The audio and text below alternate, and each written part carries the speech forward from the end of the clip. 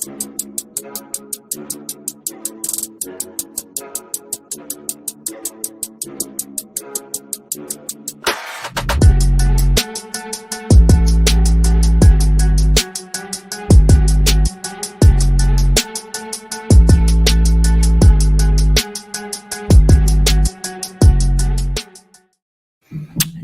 selection Sunday afternoon, Razorback Nation. We are here live to do a watch along for Selection Sunday in the CBS Sports Selection Show. And we also got a thrilling baseball game going on right now in Oxford as Arkansas is down 9-8 going into the top of the ninth. Before we get started here, got to thank our sponsors. Can't forget about Scarlet Letter, Arkansas's very own handcrafted spiked seltzer. You can check them out today if you're in Northwest Arkansas. You can check out the Corey Brewery Tap Room where you can get Scarlet Letter and all its various flavors. So go check them out when you get a chance. And Jared's Kickin' Sauce, the perfect blend of sweet and spice to transform any meal. Whether you're just grilling burgers, roasting chicken, or just need a snack or the dip for crackers, Jared's Kickin' Sauce makes bland food good and good food great. Don't settle for ordinary. Kick it up a notch with Jared's Kickin' Sauce, your go-to sauce for every occasion. Grab your bottle now at kickinsauce.com and let the flavor party begin. We'll be joined by Hobbs here in a little bit. So we'll be running solo here at the start of the show, but there's a lot of eyes and anticipation on where Arkansas will be headed for the first round of the NCAA tournament. As the selection show is getting kicked off, I've seen all kinds of different projections where they have us going to Lexington, Wichita. Even I've seen in Denver. So it's kind of all up in the air right now, and we'll see what the selection committee has in store for Arkansas. I've seen Arkansas matched up with Gonzaga, St. Mary's, Michigan again, another rematch, Illinois. So everything's up in there and it's continuously changing. But Razorback Nation, where do you think Arkansas will be headed for the first round of the NCAA tournament? So feel free to jump in the comments and let us know where you think Arkansas is going to be headed as we get ready to find out and what the fate is held for the Arkansas Razorbacks as they have, fought their way back from an 0-5 start to now be in contention for more than likely a 10 seed in this NCAA tournament. And on top of that, getting the news that you're getting Boogie Flan back for the first round game of NCAA tournament. Noah Duthero, though, as he is going to be doubtful per Coach Calipari this morning. So if Arkansas makes the second round, there could be a chance that he is available for that, but not 100% sure there. So that's going to be a waiting game to wait and see what happens and if Arkansas makes it to the second round, depending on their first round matchup.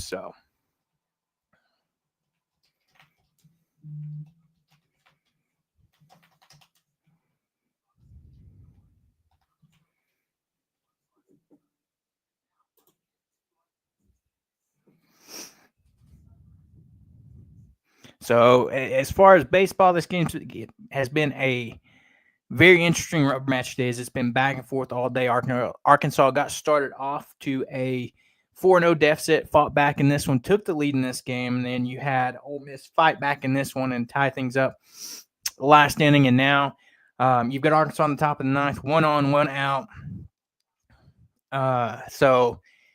This is definitely a great rubber match with Ole Miss down in Oxford. Transplant Texan said, I prefer somewhere other than the West Coast with a small roster. Hog fans in the stands would be ideal to have. Wouldn't hurt to hear WPS in the game if the game gets tough. I agree 100%. I'd love to see us, just have to go shortly up to Wichita. That would be a great one for Arkansas fans to travel to. You'd get a lot of fans headed up to Wichita. That would be great, honestly. I feel like with the selection committee, though, if they wanted to create some storylines, they would send Arkansas to Lexington, if we're being honest. I've also seen a potential matchup with St. John's in Lexington. I don't know if St. John's going to be a lower enough seed for us to match up with in the first round, but I could already see the storylines now. You're playing in Rupp Arena versus St. John's with Rick Pitino, former coach of the Kentucky Wildcats, Coach Cal, former coach of the Wildcats, facing off in Rupp Arena. I've also seen the potential of Arkansas matched up with Louisville in Rupp Arena as well. So, joked last week, if that was the case, who would Kentucky fans root against more? Louisville because they don't like Louisville, or would they root against Arkansas because Cal? That would be an interesting thing to watch too. But the selection show is underway. We are getting ready to get started, where we will find out where Arkansas is going to be headed, where some of these other SEC teams are going to be headed as well. You know, you've got number 1 Auburn locked in more than likely to a number 1 seed. You've got Florida, who has the chance to be that last 4th seed behind Duke and Houston. You got Tennessee, that's right up there, that, you know, could be vying, but with them losing the SEC tournament championship today, and the Gators taking that one, I think they, for the most part, you know, lock up the series, or lock up that 4th number 1 overall seed. So as this is getting started, it's going to be fun to see. Arkansas baseball, they're in a tight one here, as there could be some interference at first base.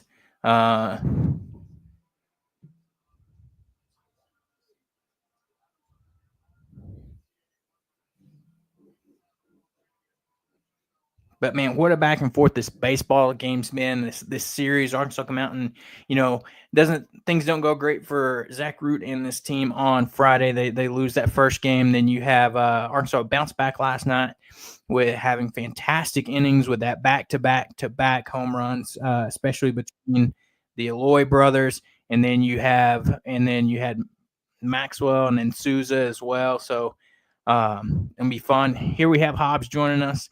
How are you feeling, Hobbs? This man, I'm nervous as hell, man. This is too much right now.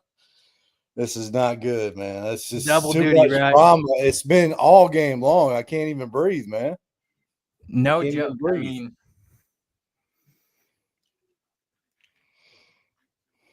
I don't know why my TV is blurring up in here.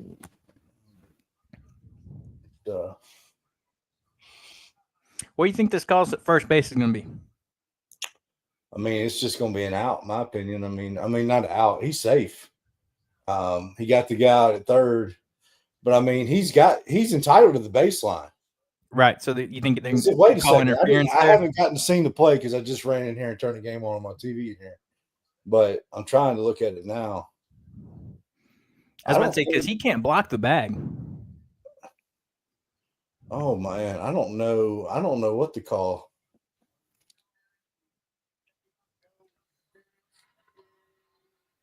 Okay, so they called him safe. It's really frustrating that we weren't able to get the bunt down. I mean, we got it down, but he got that at third. That's the only thing that's frustrating. Well, here comes Susan with the chance.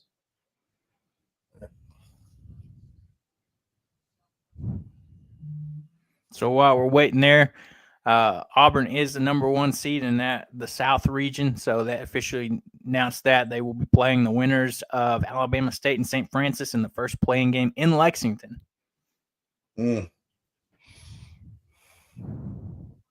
Louisville will be an 8 seed in that South region, matching up potentially with Auburn in the second round.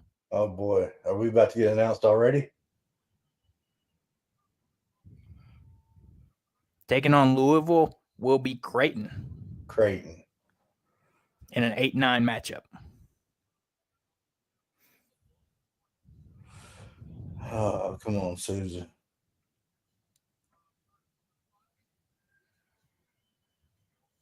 Come on. Watching too many pitches go by. He's had some good at bats this game, right? He's really looked a lot better today. But 0-2 count. Coming in at the 5 seed in that South region is Michigan, and they'll be taking on UC San Diego. Oh.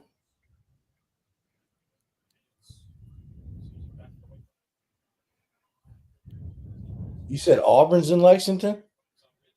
Yep. So we're not going there. Well, that's Thursday's games there. So there's. Okay, I see what you're saying. Okay. A&M comes in as a 4 seed in that South region as well. Damn it, man. Hey, at least we turned that order over. Yeah, I know. It's just first and second, nobody out, and we're in the That's situation now. But I mean, regardless of what happens here, I know we had runners on base last inning. We have them this inning. You can't. The offense has really done tremendously this weekend. It's very disappointing in the pitching. Right in the gap. Come on, let's go. Tied ball game. Look, man. You got to be excited about that. You can't. You could probably post that when you see that live, but hey, that you can't.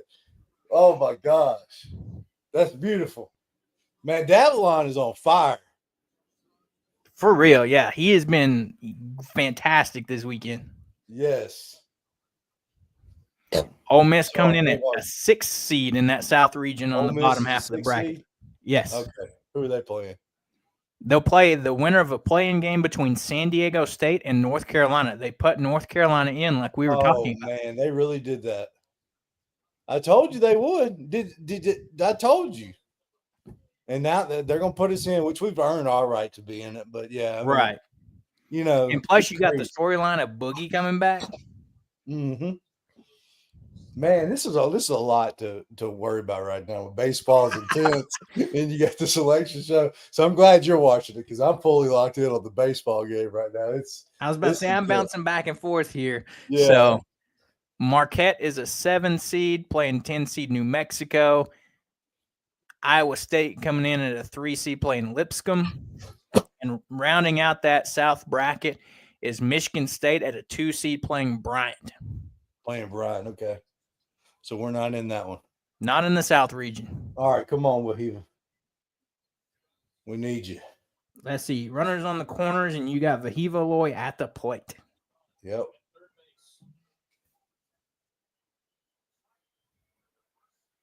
That's not a strike. Boy, that umpire has not been able to make up his mind on that pitch all game long. It's sometimes it's a strike, sometimes it's not. Come on.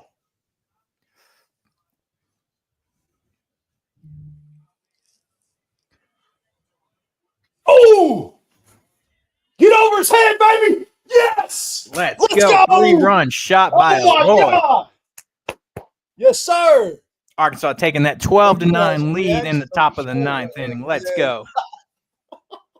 Oh, that's incredible. Oh, man. The dramatics in this game is unreal. This is like a regional game. Oh, my God. You remember the Oklahoma State series? This is how this feels. Exactly. Back and forth all day. Man. Home runs traded back and forth between teams. Man. I didn't think that ball was going to leave the ballpark, but it kept carrying.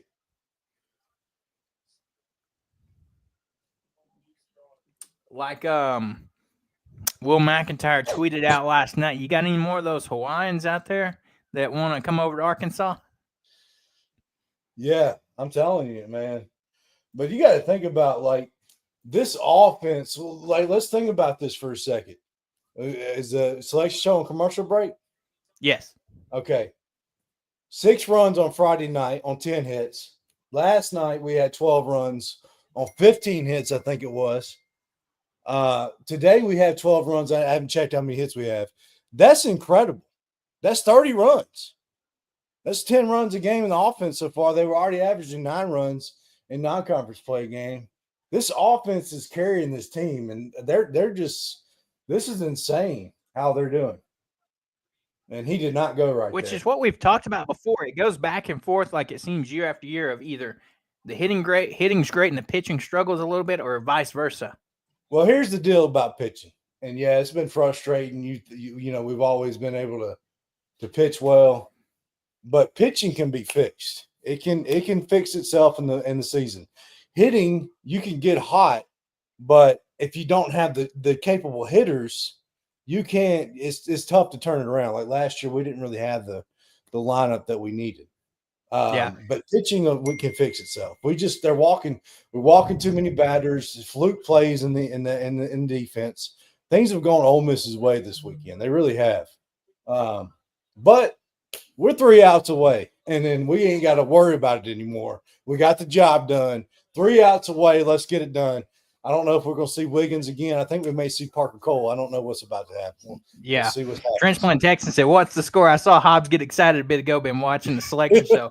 So it's 12-9. Going into the bottom of the ninth, Vahiva Lloyd just hit a 3-run shot to give Arkansas the lead after they tied it up there.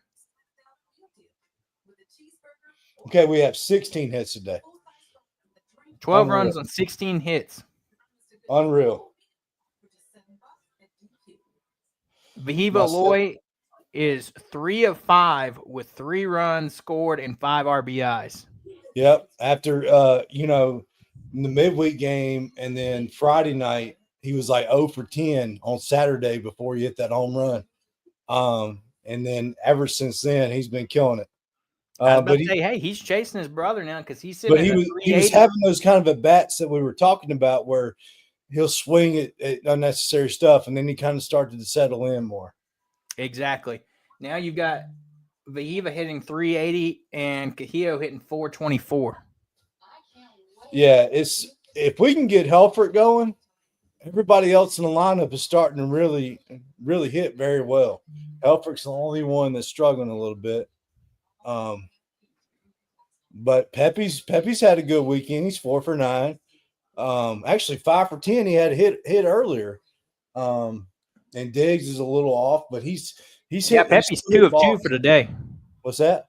Pepe's 2 of 2 today. Yeah, well, 5 for 10 on the weekend altogether. Yeah. And then even Bowles came in and got a pinch hit single.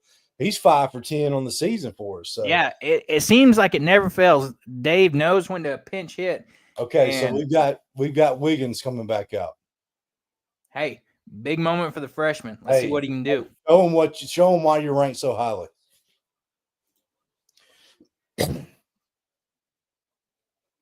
They announced anything else yet? Duke is the #1 seed in the East region. Oh, they didn't. No, that's crazy. Nobody expecting that. I'm just waiting. They will play the winner of American versus Mount St. Mary's in the play-in game. Oh, okay. Mississippi State checks in at an 8 seed in that bracket. So Mississippi State, if they win their first round matchup, more than likely will get to play Duke second round. Yeah. Who are they playing? They will play Baylor. Interesting. So 8-9 matchup of Baylor, Mississippi State. Yeah, that'd be a good one. Coming in at the 5 seed in that East region is Oregon. Sit them down. Strikeout. Come on. Two more outs. 1 down for Carson Wiggins in the bottom of the ninth. Let's go. Let's get it. This is beautiful. Taking on Oregon is the 12th seed in that East region is Liberty Flames. The Liberty Flames checking in. That's an interesting matchup. You know, them 12 seeds always give them 5 seeds a hard time. Okay, we got a guy pinch hit for Ole Miss hitting 176 on the season. The 4 seed in that East region will be Arizona taking on Akron. Oh, man. Arizona, Akron. Wiggins is locked in. He's locating his pitches really well. There we go.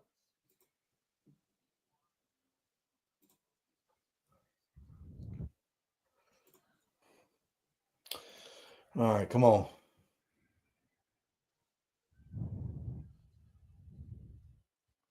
BYU is a 6th seed in the East region, taking on VCU. Okay. It's another strike. Come on.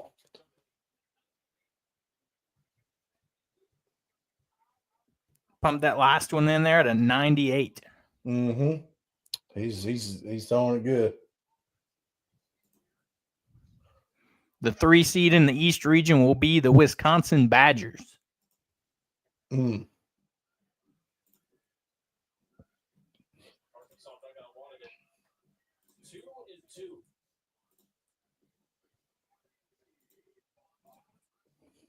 They would take on the Montana Grizzlies out of the Big Sky.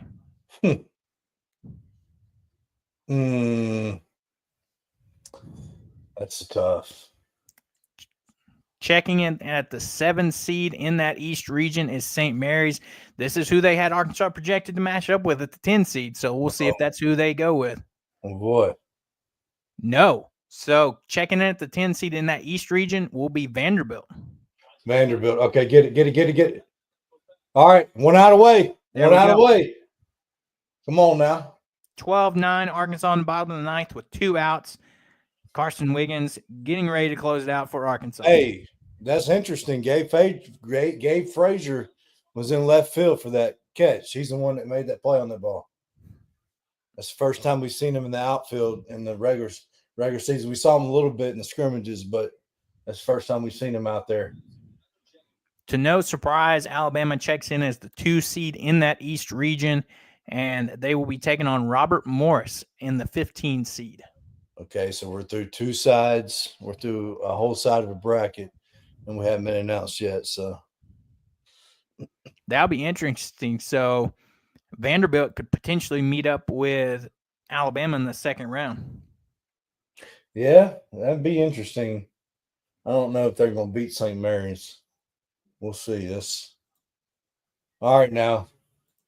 You're up by 3. Let's pump in some strikes now.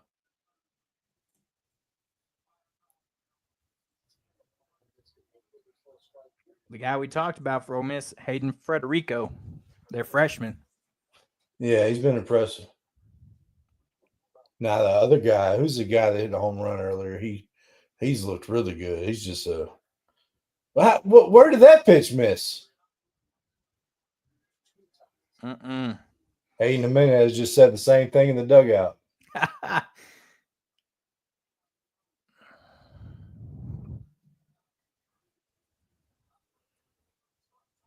Okay, and they gave him a walk.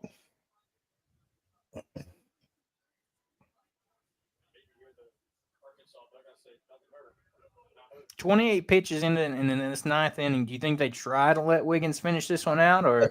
Well, no. Looks like Dave's coming to get him.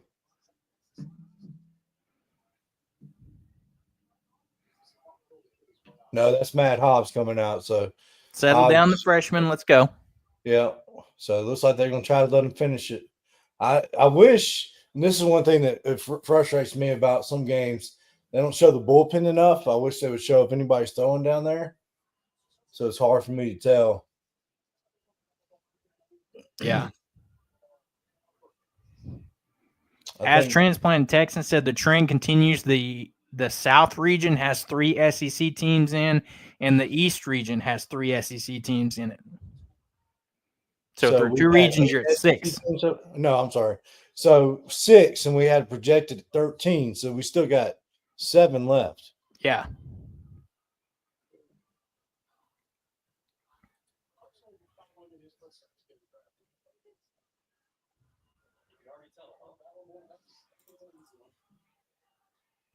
All right, now he's getting a little wild. We'll settle down.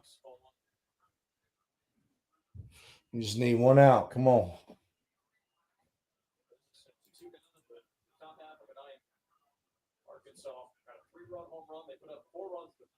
There we go.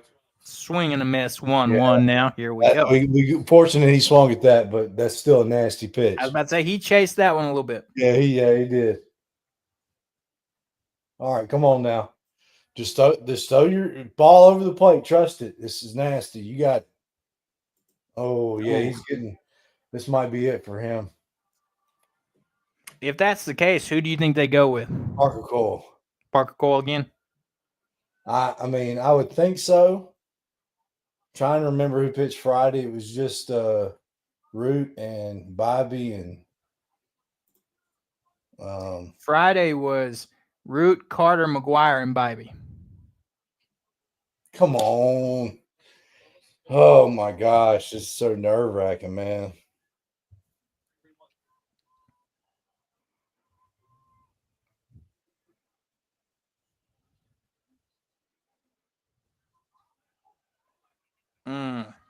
Yeah, that's it, man. They're going to have to go get him. All right. Ole Miss has now 2 on with back. Yeah, I see it. Bobby's up there and somebody else is next to him pitching. No, Parker Cole's in the dugout, so it can't be him. I just saw him in the dugout. Bobby threw 23 pitches on Friday. Well, Wiggins They're is letting him still in go. the game. He's pitching the next guy.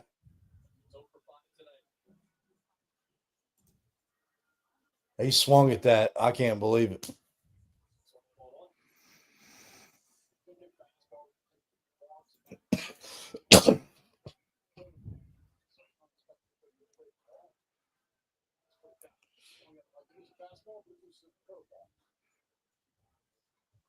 Yes.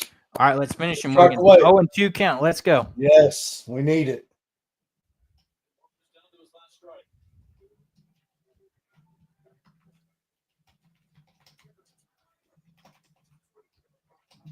Come on, Carson.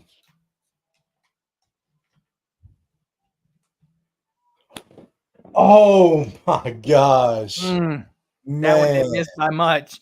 come on. No way.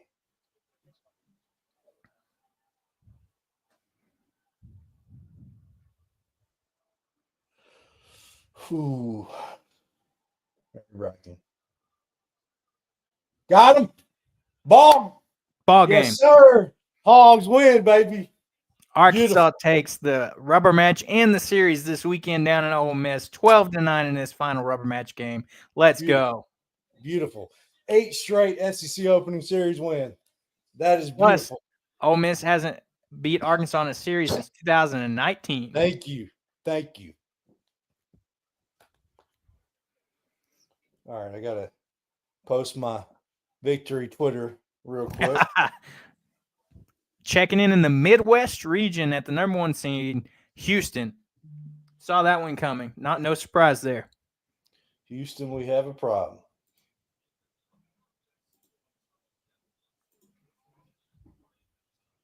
They will be taking on SIU Edwardsville in a 16 seed. The 8th seed in the Midwest region will be the Gonzaga Bulldogs. Is this where we go?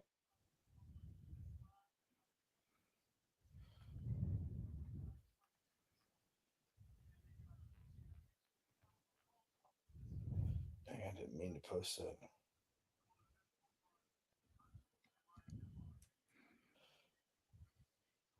Georgia checks in at a 9 seed taking on Gonzaga.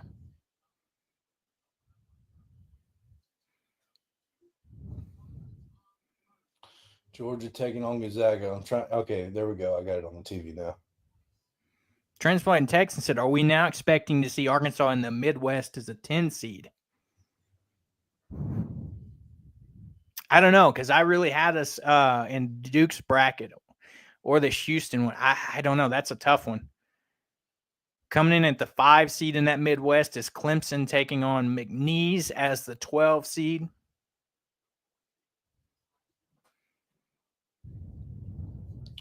Okay, Clemson and McNeese, Purdue. I see Purdue. Purdue, checking in the 4 seed. They'll be taking on High Point at the 13 seed. So that is the top half of the Midwest bracket.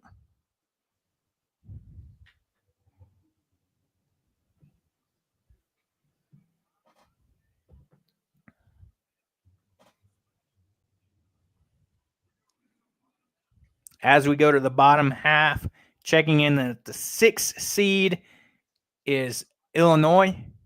And taking on Illinois as the 11th seed will be Texas Xavier. the winner of Texas and Xavier in a play-in game. Watch. They're going to send us to Lexington in the Midwest region right here. Oh, yeah, you're right. You're right. As the 10 seed.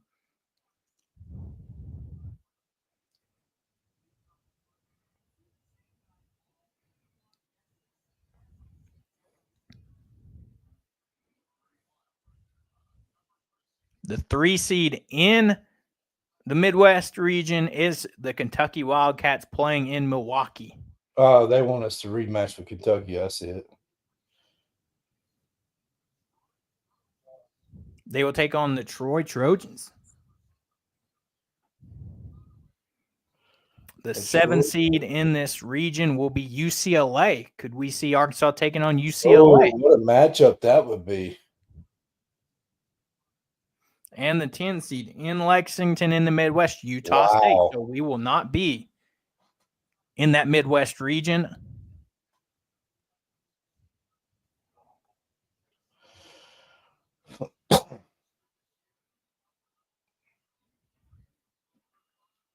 Tennessee checks in as the number 2 seed in the Midwest region. They will be in Lexington as well.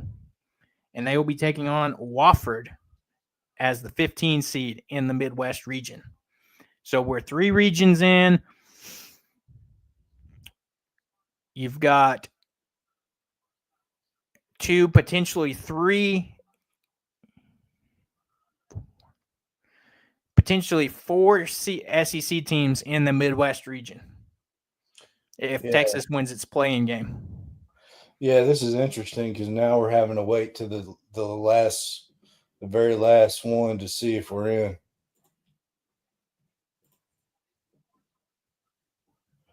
My stepdad is thinking they're going to leave us out because he's saying there's no way they put North Carolina and Texas in and not us. Yeah, I mean, that's weird, though, because it's like we're in the last 4 in, so I don't know. I don't see how you leave us out but put. Because, well, there's no other first 4 games that we would be in because they've already announced the 2 higher seed ones, and then you always have 2 16s. And I don't think we'll be a 16. No, we're not going to be a 16. You can't put a power conference as a 16 seed. It has to be a mid-major. The lowest we would go would be like a 12.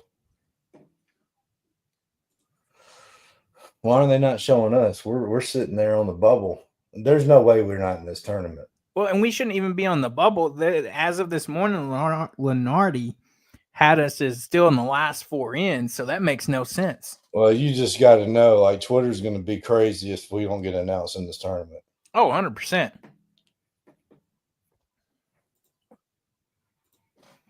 Can you imagine if baseball would have lost that game and then we're not in this tournament too? Oh, my God.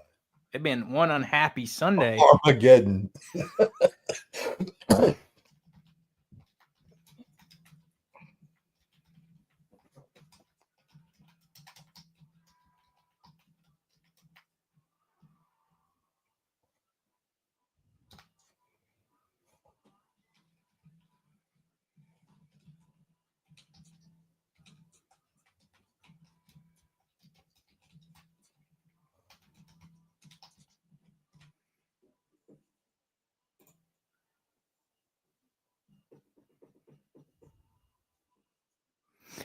Transplant Tech said, okay, commercial break. What's the baseball score? Did Hawgs hold on? Yes, they did.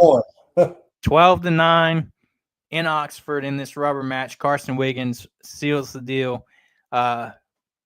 Big move from the freshman to, work his way out of that jam to get the win here.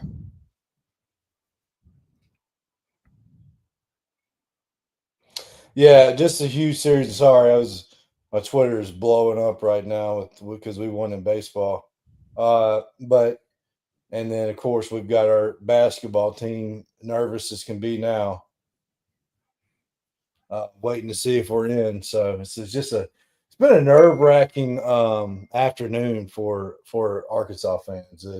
Baseball game went down 4-0, then they rallied back, went up 7-4. Then they blew that lead. Game was tied 8-8. Then they went up, then Ole Miss took the lead. Then we came back in the 9th inning and won. It's been a nerve-wracking day. Transplant Texas said, "Go Hogs!" Fought back with the bats. Yep, offense has carried this team so far. The pitching's been underwhelming. A lot of guys. What's that? I was going to say it was weird to think and see, this weekend, some inconsistencies from all your starters. Yeah. The Root performance was just a weird day. The wind was blowing. like crazy, and it's the first time that those guys have ever played in that field. Just a little off. And then Gackle was very he didn't Ole Miss didn't really hit him. He was just hurting himself there in the first inning, and he got out of it without really allowing a bunch of runs, and he really settled down. So Gackle was, Gackle was probably the most impressive out of all of them. Yeah, the way he is able to kind of fight back and get back into it. Yeah, but Ole Miss really hit all of our lefties pretty good. So they're really good. They're really good offense. So I wouldn't. All right, the West region coming in at that last number 1 seed. You have Florida, who is coming off winning the SEC championship today. Well, if we're in this bracket, I don't see us making it out of this one because that team's probably winning it all. They will take on 16 seed Norfolk State. Might as well not even show up for that one. Coming in at the 8 seed UConn. Man, they did UConn dirty. They will be taking on Oklahoma. You're telling me they're going to put in Oklahoma? There's no way we're not in this tournament right now. Are you telling me if they decided to put them in over us because they missed a foul call at the end of that game, that is ridiculous. We're not going to be a 12 seed, are we? Coming in at the 5 seed Memphis.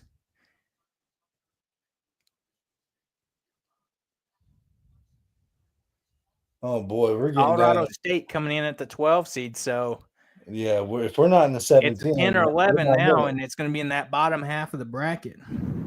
Is this going to be Texas A&M of a couple of years ago that got robbed of being in the tournament?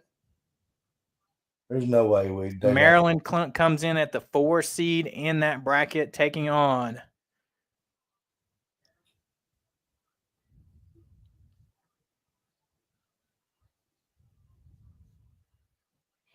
Grand Canyon, the Lopes out of Grand Canyon in Seattle.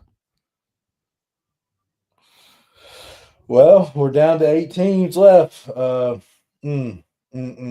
agree with the transplant Texan. If Oklahoma's in, so we're not going to be an 11 seed because we're not going to play Missouri in the first round. Yeah, you're not. Missouri is a 6 seed. Yeah. All right. Well, we're either in or we're not in the 7-10 game. Oh my God. 11 seed is Drake. There's no Drake way. Bulldogs. We're not going to be the 7th seed. So unless they announce 10 and we're not on the other side of it, there's no way they left us out of this tournament. The anxiety is real for Hog fans right now. Texas Tech checks in as the 3 seed. They'll be taken on at 14. They would. I don't see them sending us to Rhode Island. UNC Wilmington will be taking on Texas Tech. Well, this is it, guys. If we're not in this one, we're not in it. I mean, there's only 4 teams left anyway. Okay, the 7th seed will be Kansas. This may be us. Come on, please. Yes. Arkansas, boom, will be taking on Kansas. We made it. In Providence, Rhode Island. Man. That's interesting now because we played them preseason, if you remember. I remember. So.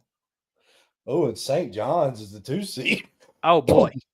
They want to see that Calipari Patino matchup. No kidding.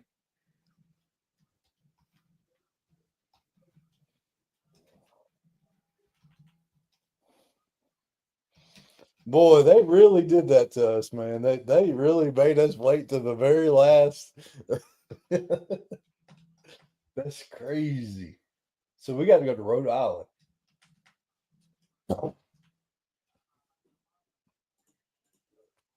Okay. Hey, did you see if that was Thursday or Friday?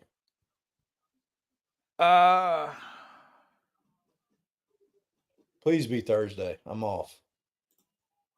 And we don't know what time it would be anyway yet. Right. They'll show it again in a second. Oh, wait, I have hold on, I have a rewind button. Hold on. I forgot all about that. Thursday. We're playing Thursday. Okay, Thursday. So Thursday and Saturday. Well, I say Saturday. Hopefully we get to Saturday. Can we have Omaha just upset St. John's? That would be a high task. Very low probability there, but you know, hey, we've beaten some pretty good teams in the second round of the tournament before. So anything's possible. My All phone's right, going so on. Put it on do not disturb. you have it here now. Arkansas is a 10 seed taking on Kansas, rematch from a couple of seasons ago when Arkansas beat them, as they were projected to be a potential team to make a run that year. Kansas comes in with one more win than Arkansas on the season as a total. They are 21-12.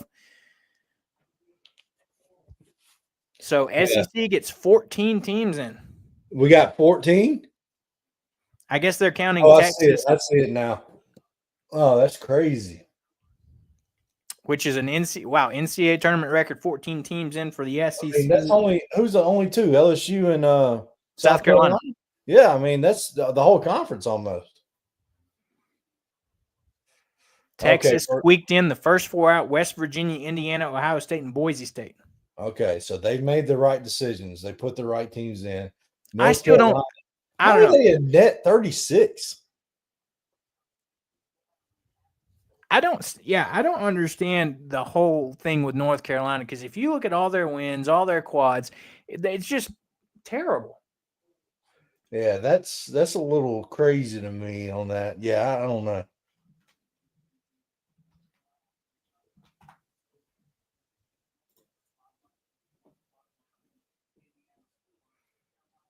Okay, yeah, look at it. So North Carolina, in quad one wins, they are 1-12. Yeah, I saw that the other day.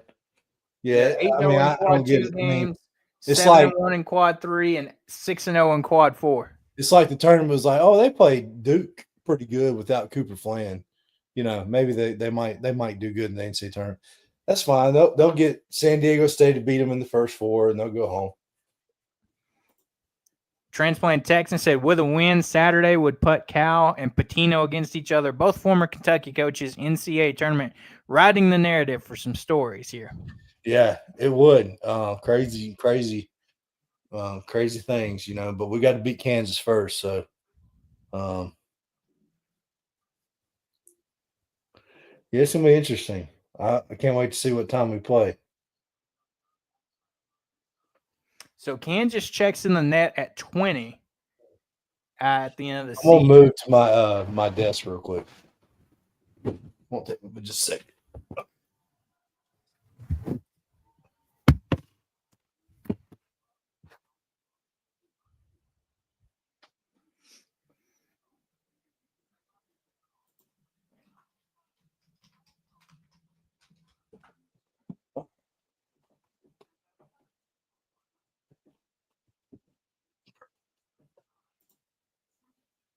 Now that baseball game and selection show's over, I can sit right here.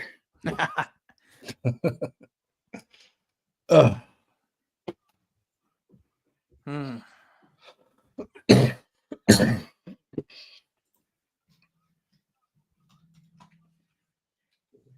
know Kansas has really had a tough year, looking at it. So they ended the year with a loss to that Arizona team that got in as well, 88-77 in the conference tournament. When they beat them previously 2 games before that, I guess it would be their regular season finale, 83-76. They played UCF a close game, 98-94. They lost to Houston, 65-59. They lost to Texas Tech. So both those teams in. They lost to BYU. They lost to BYU by nearly 40. 40. That's crazy. Thanks for joining us, Transplanting Texan. You said he's got to run. Thanks for the baseball score updates and watch party and Selection Sunday coverage. We got you, Transplanting Texan. Appreciate you.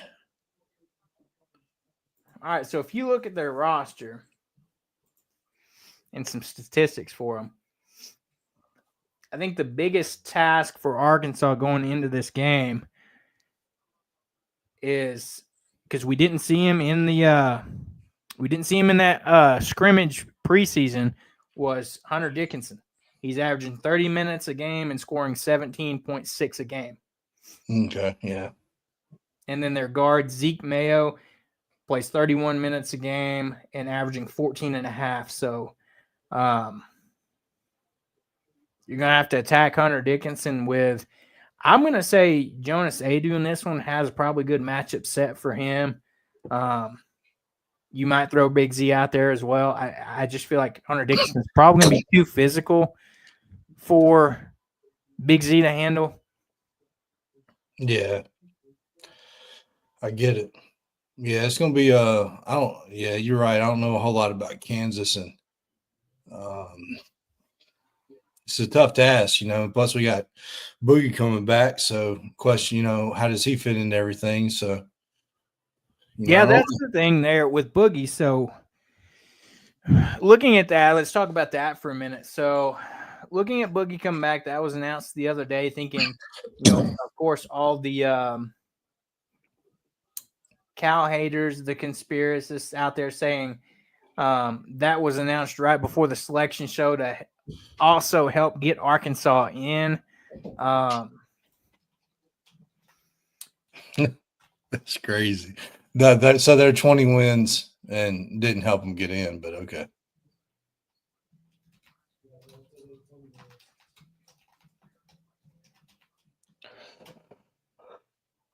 So the thing with Boogie for me, God, looking at this, I'm fine with him coming back, but I think, and Cal said he's ready to do whatever role he needs to be in. I think he's going to be a guy that you need coming off the bench, and you don't have him and DJ in at the same time because you clearly saw first 5 games of SEC play that didn't work, and so I think you have him and DJ rotating on and off, and then that way you can keep Nelly at the 2 because whenever you was running Boogie, DJ, and Nelly at the same time on the floor, and Nelly was in that kind of 3 spot, that's where you didn't see a lot of efficiency out of this team. So I think that's the biggest thing with Boogie coming back. And with him coming back, he's probably not going to play a ton of minutes because he's not probably going to be in necessarily game conditioning shape. So I think he's a guy that I would probably expect coming into this game 10 to 12 minutes maybe. Mm-hmm. Comes in, can give DJ a break. And then, hey, if he's hitting on all cylinders and feeling it and, he's in the game, maybe run him some, let him do some work. But I think that's the biggest thing for me when you're looking at Boogie's return is you got him coming off the bench, gives you an extra body, and also it's going to allow you to give DJ a break because, if you just look at what the statistics on the season, DJ is averaging 34 minutes a game. And that's just the season average. That's not counting these last few where, we were down that to that shorter rotation. If you look at the last few games, so we'll start with the SEC tournament against Ole Miss. DJ played 38 and a half minutes. South Carolina, DJ played 35. So he's playing 35 minutes plus and towards the tail end of the season against against Mississippi State, the last regular season home game. DJ played 37 and a half. So he's playing upwards of 35 plus. So if you can have a guy like Boogie come in and, give him a 5-6 minute break or more, that could be big for DJ, especially, giving him the added rest and, an extra body off the bench. I mean, I know Cal's probably going to do what's best for the team, but it's going to be very interesting to see what Boogie's role is going into this. Yeah, it's going to be one of the things where you bring him in and you see how it goes, and if it works out well, you keep him in. If it's not, then you're just going to have to go back to what was working. Right, and I think that's the biggest thing to look at. It is like, yeah, you lost to Ole Miss, but that's what it is. SEC officiating, blah blah blah. But you had this rotation that, for the most part, is working. It led you to, you won 4 of your last 5 of the regular season, beating Missouri at home, Texas at home. You lost that weird South Carolina game that was proved to be a fluke, and then Vandy on the road and Mississippi State at home. You win 4 of those 5 with this shortened rotation, no Boogie. So, like you said, if he's not, clicking or the chemistry for some reason is not there with the team, not that big of a deal. And if it's not working, at least comes to, you're able to give DJ a break. Yeah. Yeah, it's I'm just glad to be in the tournament, honestly, and have a chance to play in the NCAA tournament after everybody doubted Coach Cal after starting 0-5. I had my doubts too. I wasn't just going to give up on the team, but it got real bleak there for a little bit. It was a very frustrating season. It really was. I feel like every time we've made the tournament here lately, it's been fighting from behind. But we're in it. Anytime you're in it, you got a chance.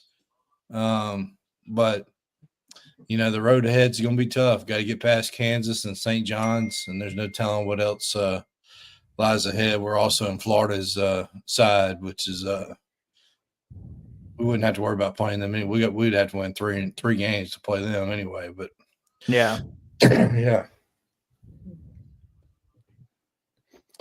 First and second round, CBS, TBS, TNT, and True TV. Okay. So Final Four and national title will be on CBS, but the bracket is set. The madness is ready to begin. And if you guys want to join, we do have a bracket challenge out there I got created for today. If you search Hawgs on the Hill bracket, it's going to be out there. Go join it. It does have a quick passcode. It's just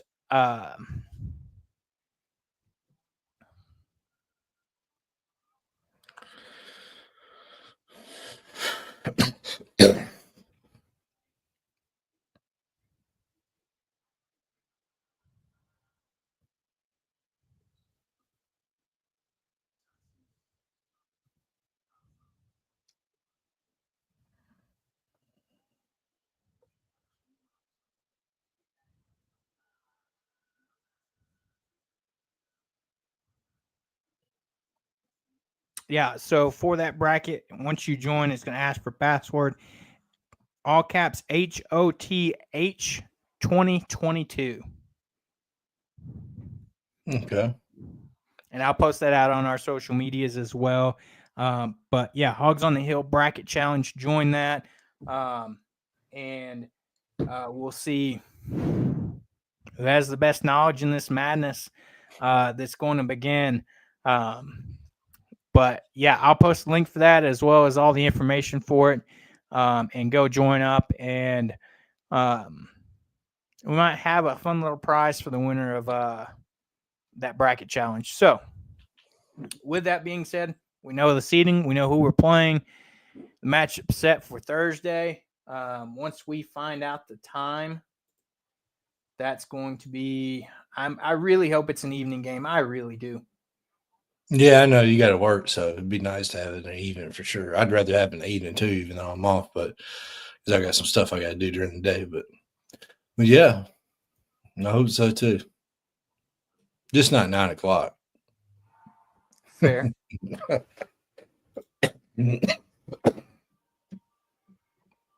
Let's see.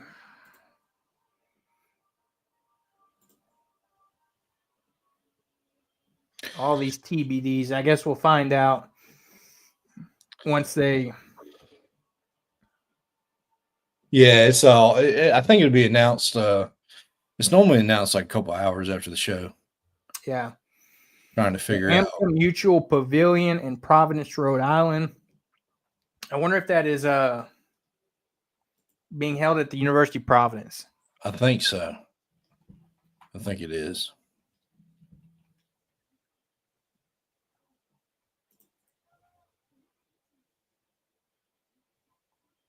Yes, it is the home for the Providence College Friars. That works. I'm really surprised. I know we're matching up with St. John's. I'm really surprised they didn't put us in St. John's both in that Lexington spot where. Yeah. Yeah, it was a little frustrating watching that whole show and then having to wait till the last second. I was about to say, I saw this projected at one point. This morning, they really had us at Lenardi anyway. You know, you got to take Lenardi with a grain of salt, but Lenardi had Arkansas as that 10 seed playing St. Mary's in that other side of the bracket. They had in that spot that Vandy got in the East region. Sometimes it's hard to know what the committee's going to do. He did get us spot on with the 10 seed. But sometimes the committee, I don't know if the committee like looks at these experts like, yo, you picked this, watch this, you know. So I don't know. So, but yeah, I mean, I saw us. Excuse me, at one point matched up with Kansas, but I never saw us up against St. John's. That's interesting. So yeah, I don't know if we've ever played St. John's in basketball. Maybe at some point, but in my lifetime, I don't remember us playing them. Yeah, I don't know either. But yeah, that'll be one heck of a matchup. Looking at hypothetically on those two spots, since we're a 10 seed, do you like the matchup with St. John's better than the matchup if we would have had to play Alabama again? I think I prefer St. John's because Alabama's played us before. St. John's has never played us. Anytime you don't play somebody, it's a you know, you can get you can end up surprising them. So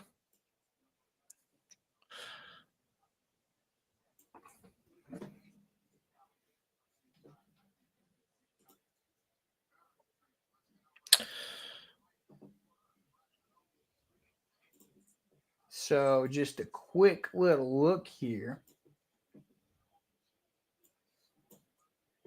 I'm going to, let's see, throw this up here. Just that way we get a full idea here.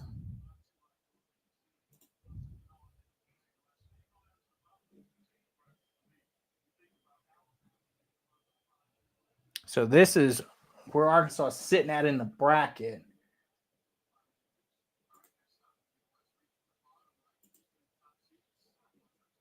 See if I can get this zoomed in just a little bit.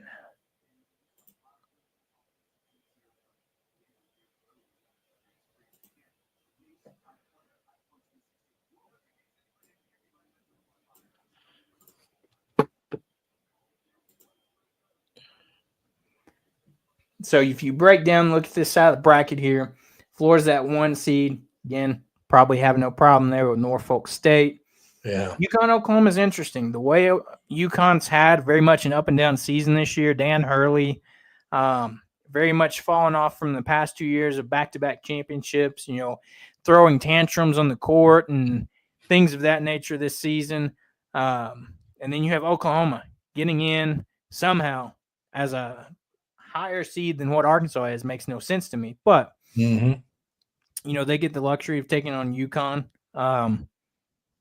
I'll probably, unfortunately, have to root for UConn in that one, but yeah, my guess is it ain't gonna matter who wins that game. But You never know in these games, but yeah, Oklahoma, I don't see them winning that one. They don't belong here. And then that 5-12 matchups, that's always fun. Memphis and Colorado State. Colorado State gets the auto bid there with beating Boise State in the Mountain West Conference Championship game there. And I think that's partially why you don't see Boise State. They were one of the last few teams out. So those 5-12 matchups always have a tendency to be a higher upset probability. So Memphis better not sleep on Colorado State. Not that should be a good one. That's probably going to be a high pick upset there. Well, most people's brackets. And then coming in at the last part of that top half of the bracket, Maryland taking on Grand Canyon.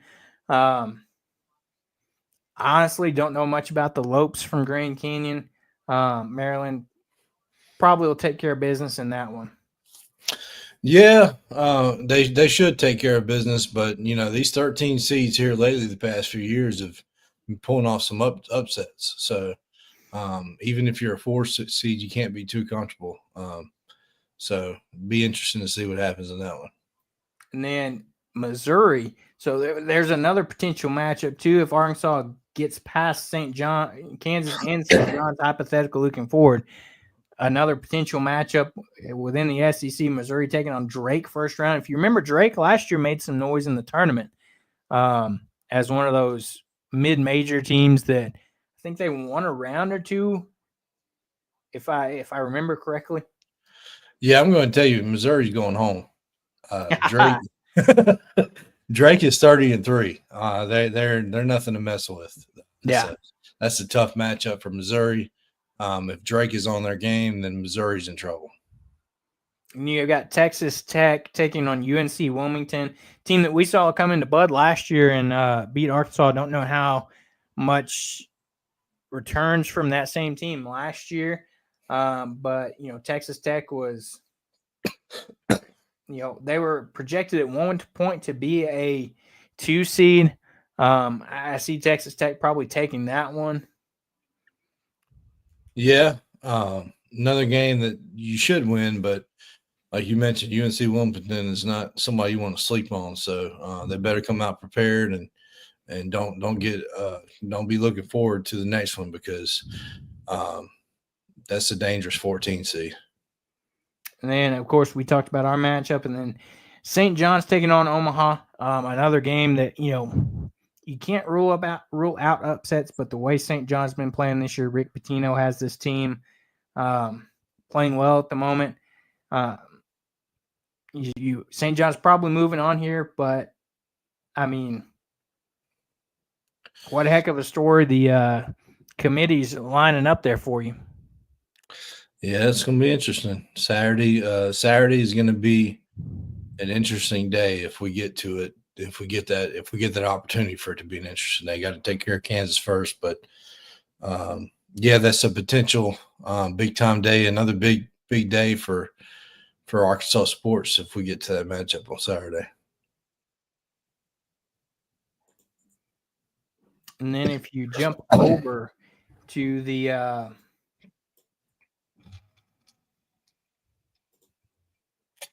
let's see.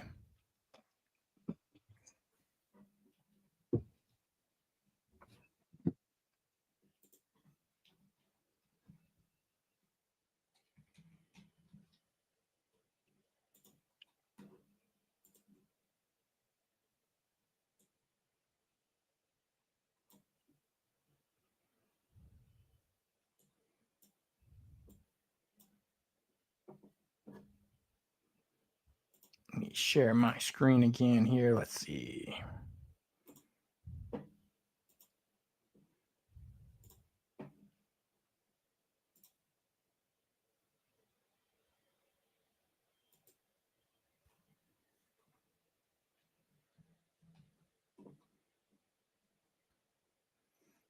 On the other side of the bracket across from us, you've got Houston as the number 1 seed taking on SIUE.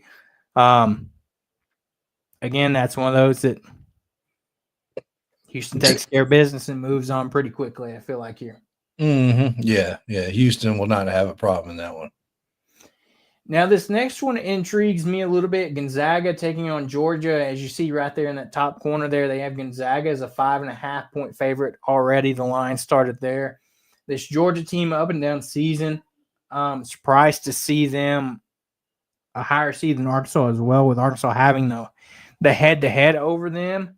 And Gonzaga kind of being back and forth. But Georgia gets to see one Cleef battle that is the leading scorer for Gonzaga. Yeah, that's going to be an interesting game. It's going to be an interesting one. Does that say 5.5-point favorite? Is that what that means? Okay. Yeah, I mean Georgia could win that one. It's going to be go either way type of game. And then you drop down to Clemson versus McNeese. Clemson's a team, they knocked off Duke in the regular season. You have McNeese led by a former LSU coach that has had them in the tournament the past couple of years. Another one of those, that 5-12 matchup that seems to be the deadly game if you're that higher seed, with a tendency of the most upsets being at that 5-12 matchup. Yeah, Clemson's going home. McNeese is anytime McNeese, I've watched them before. They look impressive. So Clemson's got their work. They're a very capable team. If they're playing their best, they'll obviously probably win. But McNeese is very good. So that's going to be a tough matchup. Yeah, and then you have Purdue taking on High Point. Another one of those where Purdue should take care of business. They come in at a 4 seed in this tournament, taking on High Point, another mid-major school that, they get in the tournament, but just. Yeah. High Point, I don't really know. That's I don't really see them beating Purdue, but you never know. Yeah. And you have Illinois. They'll be taking on one of those winner of the play-in games. Whether I think they'll be taking on the winner of the Texas Xavier play-in game. So Illinois is advancing. Yeah.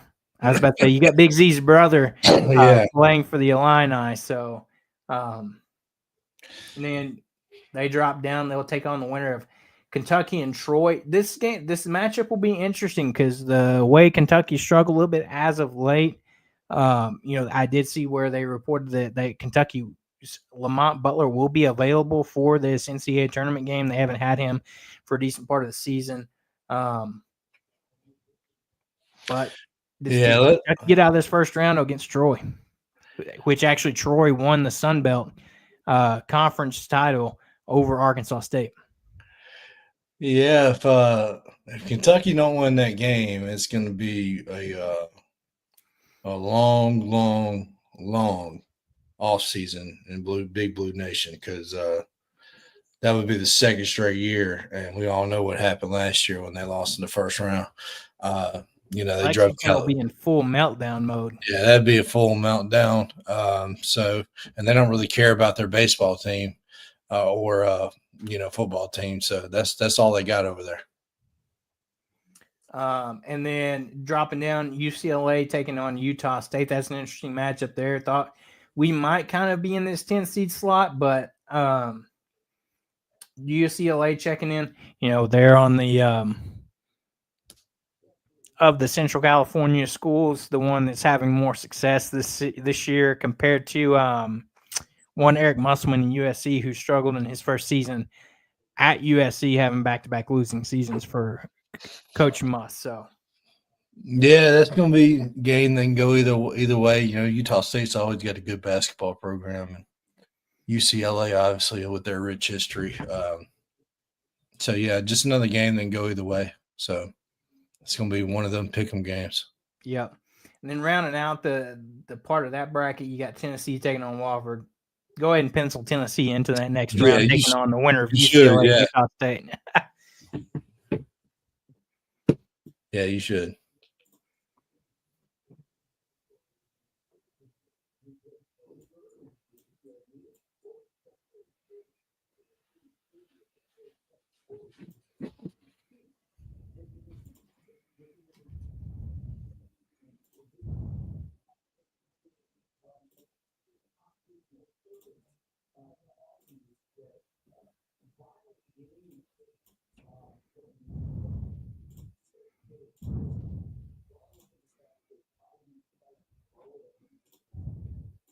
Then as you jump over to the South and the East region, the first two regions that got selected here, we'll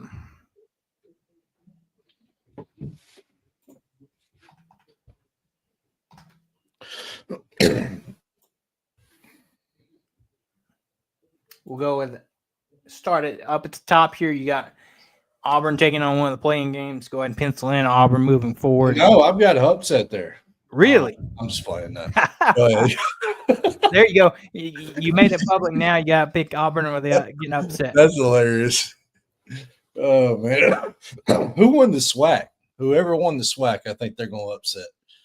That's got to be one of the worst teams always in the tournament. They always get destroyed in their 16 match. And then this 8-9 matchup here, it's another one, intriguing one to me. Louisville and Creighton. Creighton team that, they're historically known to be in the tournament. You got Louisville, who, is the second best team out of that ACC, that conference that conference has been historically bad this year. It feels like, North Carolina wasn't what they normally are. Yeah. You saw Clemson come out of it as a lower seed too, but yeah, I've got the Blue Jays in this one. I like Creighton's program. They've always had a good basketball program, even back a few years ago when they had Doug McDermott. But yeah, they're good. They're a good team. And Louisville, like you said, did they even have a winning record in the ACC? So I don't know, man. I think Creighton wins this one. Yeah, this one. You have the Battle of the Birds. Yeah, so if you look at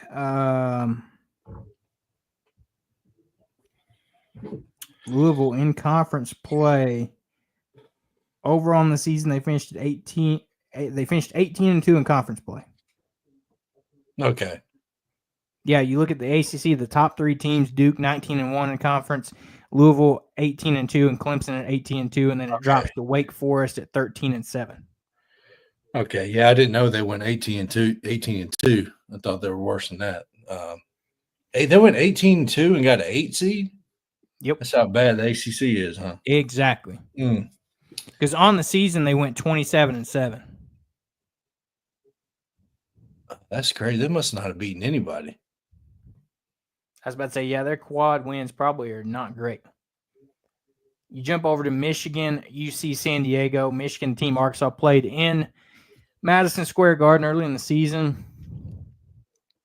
Another 5-12 matchup, but I think you probably see Michigan moving on in this one. Yeah, I don't know a lot about UC San Diego, but I know I watched Michigan play us, and they looked pretty good. Excuse me. So just by the eye test of what I've seen, I'd have to go Michigan. Yeah. On the other side of them, you got Texas A&M and Yale. Give me Yale to beat A&M just because I do not like the Aggies. Well, if they lose that one, they're going to throw a fit too because their baseball team about to get swept by Alabama at home. So that's going to be a tough stretch for them if they can't win that game. So, yeah, even if they win, I don't see them beating Michigan. So, yeah. Yeah, I don't know. I don't know much about Yale, but I think they would beat them. I would hope they would beat them, or else it'd be tough on their fan base. Yeah. You got Ole Miss as a 6 seed playing, that play-in spot again. So they're playing San Diego State or Texas or North Carolina. Yeah, they're playing either San Diego State or North Carolina. Excuse me. Yeah, I like Ole Miss to move on from either one of those two. Iowa State and Lipscomb. We saw this Lipscomb team. Arkansas played them this year. Not great. I would take Iowa State in this one to move on here in this one. Yeah, I got the Cyclones too. Rounding out that South region is Marquette, New Mexico. Marquette's usually one of those teams that you can't count out. Yeah, they're well coached. I like their coach a lot. I don't know much about New Mexico this year. I know they normally have a good basketball team. But yeah, I'm gonna probably take Marquette in this one until I do further research. Exactly. And then as you round out Michigan State, getting that number 2 seed, Tom Izzo, always known as, a guy that can get it done in March. It seems like his teams always come on taking on the Bryant Bulldogs. Yeah. Yeah, sorry to cut you off there. I think at their potential, I like them a lot to come out of this bracket. Auburn's kind of lost a little steam to me. They're not playing as well as they were before. So I like Michigan State a lot to come out of this bracket. Yeah, solidly. I agree there because, you saw Auburn, they didn't look too great in their matchup with Tennessee in the SEC tournament. Like you said, they could be losing a little steam.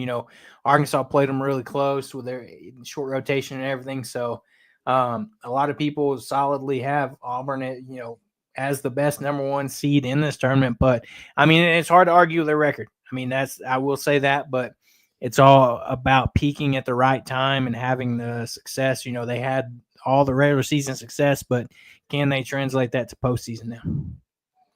Yep. As you jump over to the final region, the East region, Duke getting that other play-in game, the last of the play-in games here.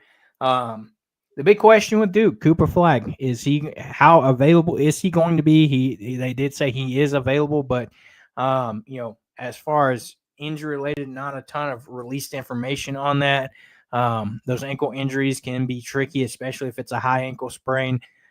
This Duke team, you saw them beat Louisville and win the ACC tournament without Cooper Flagg, but once you start playing some other teams in a do or die or go home game, what's it going to be and how many minutes is Cooper Flagg going to be? I really kind of wished we would have been in this bracket because Cooper Flagg or Duke with a limited Cooper Flagg doesn't necessarily scare me as much. Yeah, they're in trouble, and they're in trouble because of who they're matched up with in the second round. I've got Duke going home early. They're not making it to the second weekend. There's been, if you watch the tournament the last few years, there's been a number 1 seed go home early, and this is what I like to see. This is where I think it's going to happen. And there's also sometimes been a couple of them go home early, and this bracket's going to have a lot of upsets in it. I think this bracket's going to get a little crazy. Yeah, especially because you jump down to this next matchup, Mississippi State, Baylor, 2 teams that Arkansas saw this season. Of course, Mississippi State, the last home game of the regular season, and then they played Baylor early in the season down in Dallas in kind of a preseason game. This is a tight matchup in this one. Baylor having a little bit of success this year, back and forth. What are your thoughts on this matchup here? I think Baylor plays a good zone defense, but I think Mississippi State, I really like. They anytime I watch them play, they always impress me. I really like Mississippi State going to the Sweet 16 out of this bracket. Yeah, because you look at Baylor, they're the 7th. They finished 7th in the Big 12. Yeah. So 500 in conference play. Yeah. So I agree with you. I can see Mississippi State moving on this side. You jump down this 5-12 matchup, Oregon Liberty. This one's always a toss-up one. Haven't watched a ton of Oregon basketball this year, or Liberty, honestly, and this one's a toss-up. I wouldn't be surprised to see an upset here in this side of the bracket either. Yeah, it's a possible upset, but I think Oregon's going to pull it out in the end in this one. Yeah, because if you look at their standings in the Big Ten, Oregon finished 8th in the Big Ten on the season with a 12-8 record in conference play, 24-9 overall. Yeah. Whereas you have the Liberty Flames, if you look at them, they won Conference USA. They beat Jackson State to finish the season out. So you look at the standings, Conference USA, they won Conference USA regular season as well, finishing 13-5 in conference, 28-6 on the season. So this has the potential a matchup that I'm going to keep my eye on. Yeah, it'd be a good game, but I just I think Oregon wins it. Yeah. And then you have Arizona and Akron. We talked about Arizona a little bit earlier when we were kind of talking about Kansas. Kansas lost to Arizona in the Big 12 tournament. But then you've got Akron, the Zips, getting in the tournament here as they won the MAC. So some action there. Finishing the season 17-1 in conference play and 28-6 on the season. I think Arizona probably will take care of business in this one, but give me Akron to keep close for a little bit. Yeah, like I mentioned, them 13 seeds, don't sleep on them. They really are just like the 12 seeds. They play the fours very well. There's been some huge upsets in the last few years. I wouldn't be surprised if Akron wins this one. Yeah. And jumping to the next matchup, BYU and VCU. We saw BYU last year make I believe it's their first tournament appearance under Mark Pope, now at Kentucky. VCU, a team, the Rams historically, a team that historically, makes some noise in the tournament. If you look at them, they won the A10, the Atlantic 10 Conference Championship. They beat George Mason today. And so coming in this one, they finished 28-6 on the season. BYU 24-9. If you look at the A10, Virginia finished the conference play 15-3 with that 28-6 record overall. Yeah, I like the Rams in this one. Give me VCU. Then you jump down Wisconsin and Montana out of the Big Sky. Wisconsin, I think they're going to take care of business in this matchup. Great job for the Grizzlies to make the tournament, but I don't see them advancing here. Yeah, Wisconsin's one of the high seeds in this bracket. I think they can go a long way. Potential Final Four team. If we get some upsets here, that I think is capable of happening. Yeah. Jump down, St. Mary's versus Vanderbilt. The Gales taking on, the Vanderbilt Commodores that surprised a lot of people this year. St. Mary's are historically another one of those teams similar to VCU that they get in the tournament. They can make some noise. They play out there in the West Coast Conference along with Gonzaga. They won the regular season conference or title and finished the season 17-1 and 28-5 on the season. They did lose to Gonzaga in the West Coast Conference Tournament final. So they're coming off a loss to Gonzaga there. And, you saw Vandy, they kind of had a downward spiral their last, few games of SEC play. I think this will be a tight matchup, but I really think probably St. Mary's comes out of this game. Yeah, give me St. Mary's in this one. I like St. Mary's a lot. They're a good basketball team, very well coached, and don't be shocked if they upset the Crimson Tide as well. I was about to say, the next matchup, you know what Alabama is, you know what they've done. We've seen them on the season. They'll be taking on the Robert Morris Colonials coming out of the Horizon League. They finished 15-5 in conference play, 26-8 on the season. They won the Horizon League championship over Youngstown State. Sorry, Colonials. I don't think you're making it out of the first round here. No, they are not. I was about to say, it's unfortunate they have to run into Alabama, but that second round matchup, like we said, potentially Alabama and St. Mary's could be very interesting to look at. Because like we said, St. Mary's is always one of those teams that it never fails that they like to get in this tournament and make some noise. Yeah, that bracket is full of upsets on that side. There's a lot of games that can go either way. So that should be a fun tournament as usual on Thursday and Friday. It should be some interesting games. I agree. I'm ready for it. I'm ready for the madness. To see all the upsets, some of the ones that are unexpected, some of those 5-12 matchups. Hopefully Troy can take care of Kentucky because it's always fun celebrating them getting knocked out of the first round. Whether it's St. Peter's, the Peacocks taking them down, or Oakland last season, it's always fun to watch Big Blue Nation get very frustrated after a first round exit. Yeah, you're always going to do some hate watching. Like you mentioned, Texas A&M, Kentucky, even Texas in that first four. I know everybody likes to say, "Oh, SEC, we want them to do well." I mean, there's some teams I'd rather. I was about to say, there's just some teams that, their fan base, especially Kentucky, is arrogant enough that makes it hard to, even if they're in the SEC, to root for. Yep, absolutely.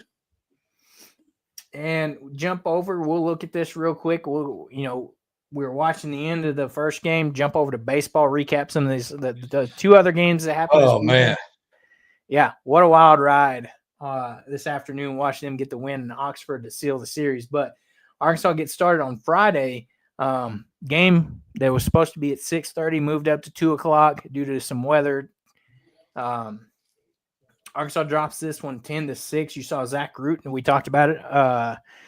On Thursday, the rotation swap with moving Zach Root to your Friday guy. He gets to start in this one. Only goes 3 innings. Gets beat up a little bit. 10 hits allowed, 7 runs, 2 walks, 3 strikeouts on 74 pitches. You had Dylan Carter follow him up for an inning and 2/3, allowing 1 hit, 2 runs, and 2 strikeouts and a walk. Tate McGuire comes in for an inning and a third, 3 hits, 1 run, 1 walk, 1 strikeout on 25 pitches. And then Ben Bybee comes in and actually throws the only scoreless inning for Arkansas, 2 innings here, 0 hits, 0 runs, 1 walk, 2 strikeouts on 23 pitches for Ben Bybee in this one. Yeah, it was a weird game. You can just tell from the get-go it's going to be one of them weird games. And, there's several balls that were hit and got caught up in the wind. Justin Thomas dove after a ball in the outfield that he shouldn't have dove after, and it cost a run there. So there was a couple of plays that they don't go down as errors in the scorebook, but when you look at them, you're like, that play should have been made. Just a weird day. And the offense actually tried to get us back in the game. We just one swing away, really, from tying the game. But yeah, just a weird day, and I just don't. I don't think it's too much of concern because it's just baseball's funny like that. Yeah. You take a look at the bats like you're talking about. You're a couple swings away from tying this game up here. Davlon at the plate. We talked about he had a great series this weekend. Friday he goes 2 of 5, 2 runs scored, an RBI knocked in. Vahiva 0-4 in this one, but he made up for it in these next 2 games. You had Logan Maxwell 1 of 5, knocking in 2 RBIs and scoring a run himself.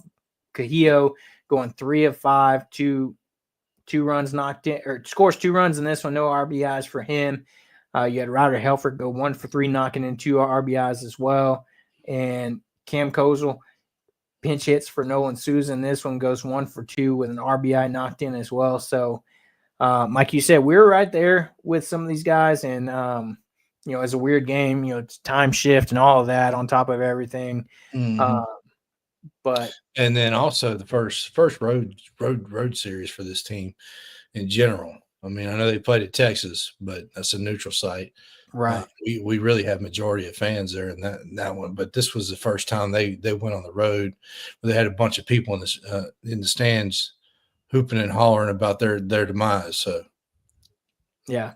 So after seeing this weekend go by, do you think, looking at next weekend, you got South Carolina coming to town, does Root stay in this Friday night role? I think so. I think you can't just pull them or have take all your confidence away from them by one start. So I think we see him same rotation next weekend.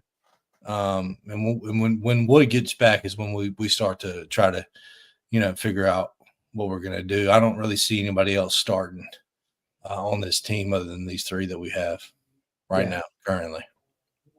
I would say Fisher, but you don't want to have three lefties start on the weekend. And Fisher really struggled today when he came in. Yeah, I think you're probably going to keep your two lefties in this rotation. And I think the one that you might look at being a potential swap around is once Wood's back, you may see him and Gackle swapped, depending on how successful Wood is. And, Yeah, and Ole Miss hitting left like 315 against lefties and 260 against righties. So it really looked like every time we brought a lefty in, they really had success against them. So just one of them matchups where I don't know a whole lot about the South Carolina team other than Ethan Petrie, who's a really good hitter for them. I can't remember. I think they were in a rubber match against Oklahoma today. Let me see if they won their series. They lost. So they lost the series to Oklahoma at home. And Oklahoma's ranked 12th. And so they're coming to Fayetteville after a series loss at home. So, yeah. And they're not really high-powered offensive team. So I expect us to pitch a lot better. So I'm not gonna say I'd like a sweep because it's hard to sweep anybody, but I wouldn't be surprised if we sweep them. Yeah. You jump to yesterday's game. Arkansas takes this one handily, 12-3. This was a game where they just flat out had an offensive explosion in this one. Looking at pitching real quick, Gabe Geckel got the start in this one. We talked about they swapped him around with Root, kind of maybe trying to take a little pressure off, having him in this Saturday role. A little rocky start to this game for Gabe Geckel, but he ends up going 4 innings, only allowing 1 hit, 2 runs scored, three walks, finishes with 8 strikeouts. So he kind of bounces back in this one on 79 pitches. So it was great to see him kind of fight back out of a little bit of a rough start. We've seen that a few times this season. And then Parker Coyle comes in this one, gives you 2 innings, 3 hits, 1 run allowed for him on 4 strikeouts with 35 pitches. And then Aiden Jimenez comes out with an amazing 3 innings in this game. 0 hits, 0 runs, no walks, 6 strikeouts for him on 35 pitches. Very efficient for him. I think that's probably the bright spot of these 3 pitchers you saw today. But it was great to see Geckel battle back and go 4 innings for this team to kind of limit the damage you have to do to your bullpen with after seeing what happened today. Yeah, this was very impressive by Geckel because you go in the you face Ole Miss in the first inning and you're struggling and things aren't going your way. They're not really hitting you, but you're kind of hurting yourself. You're not getting the calls that you want. And he gets out of the inning, getting the big double play. You're right there on the borderline of Ole Miss breaking the game open in the first inning after you've already lost the game before. So the series was really on the line, and he got the big double play ball. And, the Ole Miss pitcher, he looked good the first part of the lineup. But the thing about him is after a lineup sees him one time around, they kind of get a feel of him, and that's what happened with us. We hit 3 home runs in a row, so we busted the game open. So just a great all around pitching performance, and then Jimenez was great. I mean, he's only getting better and better. I was about to say, yeah, I feel like from what we saw here, he is going to be key down the stretch. I feel like as we continue down conference play. I think he's going to, like you said, he's going to get better and better. On top of that, you're probably looking at, one of your starters next year. Oh, very possible. Absolutely. Because Root and Bottle Cheese are done after this year. So it's very possible depending on what we get out of the transfer portal. Yeah.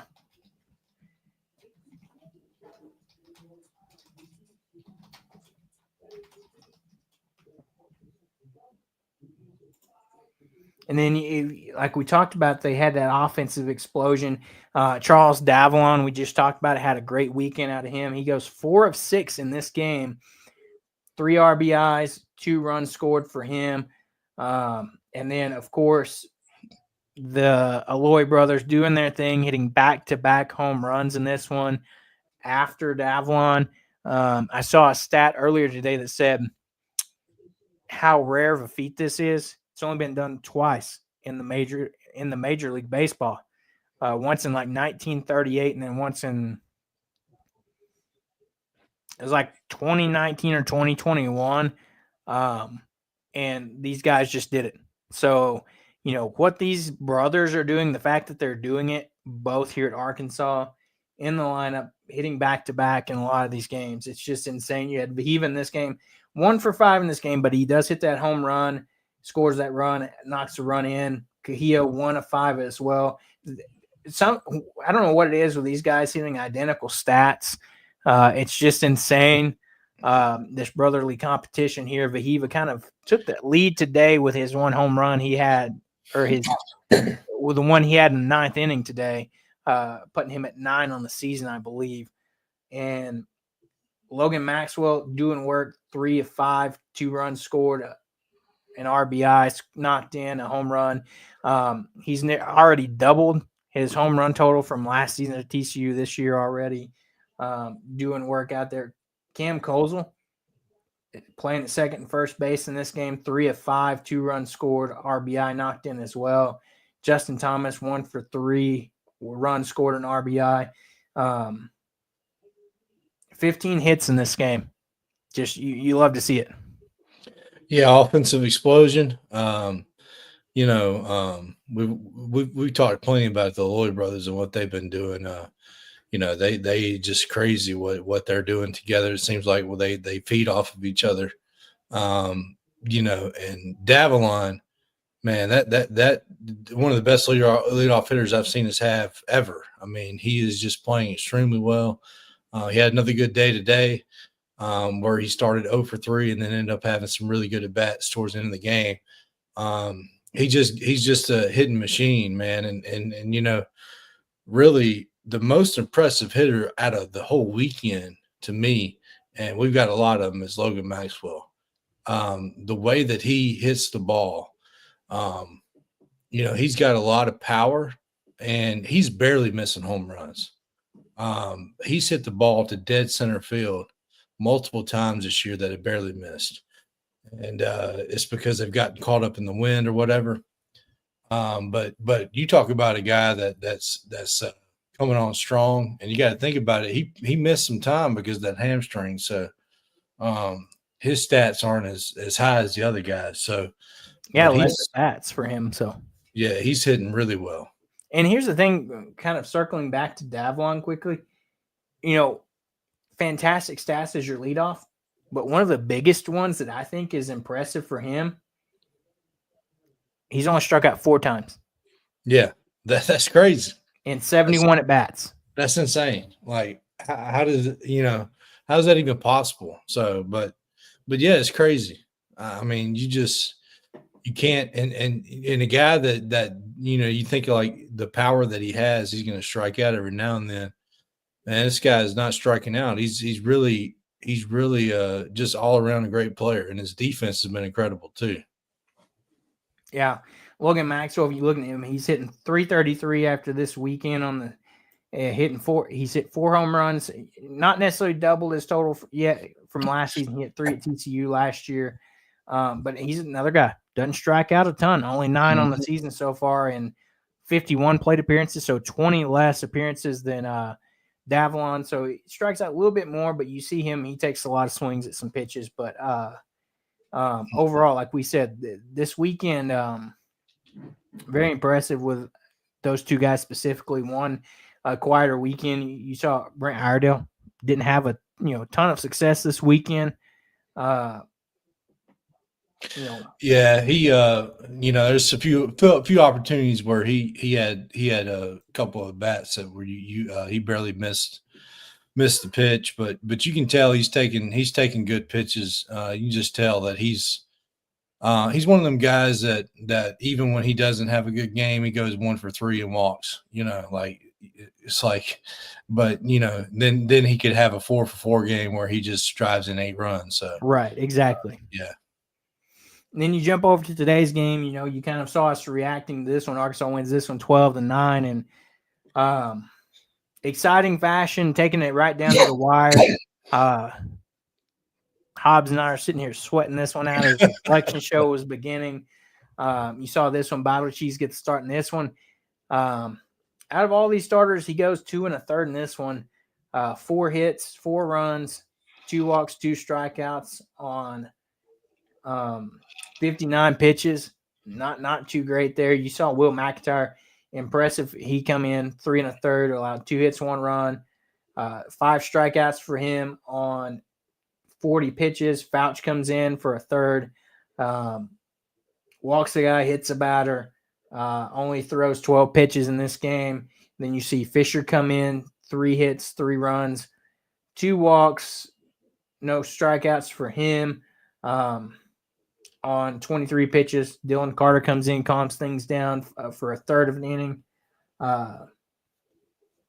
Throws 1 pitch, gets a grounder, gets the play done. And then Wiggins. How about Wiggins getting the win in this one? Freshman stepping up big for the final 2 innings. He gets one hit, 1 run, 3 walks, 3 guys, gets 3 strikeouts, but 3 very important strikeouts on 37 pitches. Yeah, Battle Cheese was just he had a little off on his command today, and like I said, Ole Miss just hits lefties really well, and he was getting a little squeezed too in the strike zone. You really didn't know where the strike zone was because it was so inconsistent. But yeah, he just didn't have it today. And then Will McIntyre really came in and settled it down when we were down 4-0. And they could have kept Ole Miss could have added on like they did in game 1, but McIntyre kind of stopped them in their tracks, and their offense was able to get back in the game. And then like you mentioned with Carter, Carter did good, but Fisher, Fouch struggled with command too. But this is like the second back-to-back outing we've seen Fouch really struggle with his command and hitting batters, walking guys. Not sure what's necessarily going on there. Yeah, I don't know.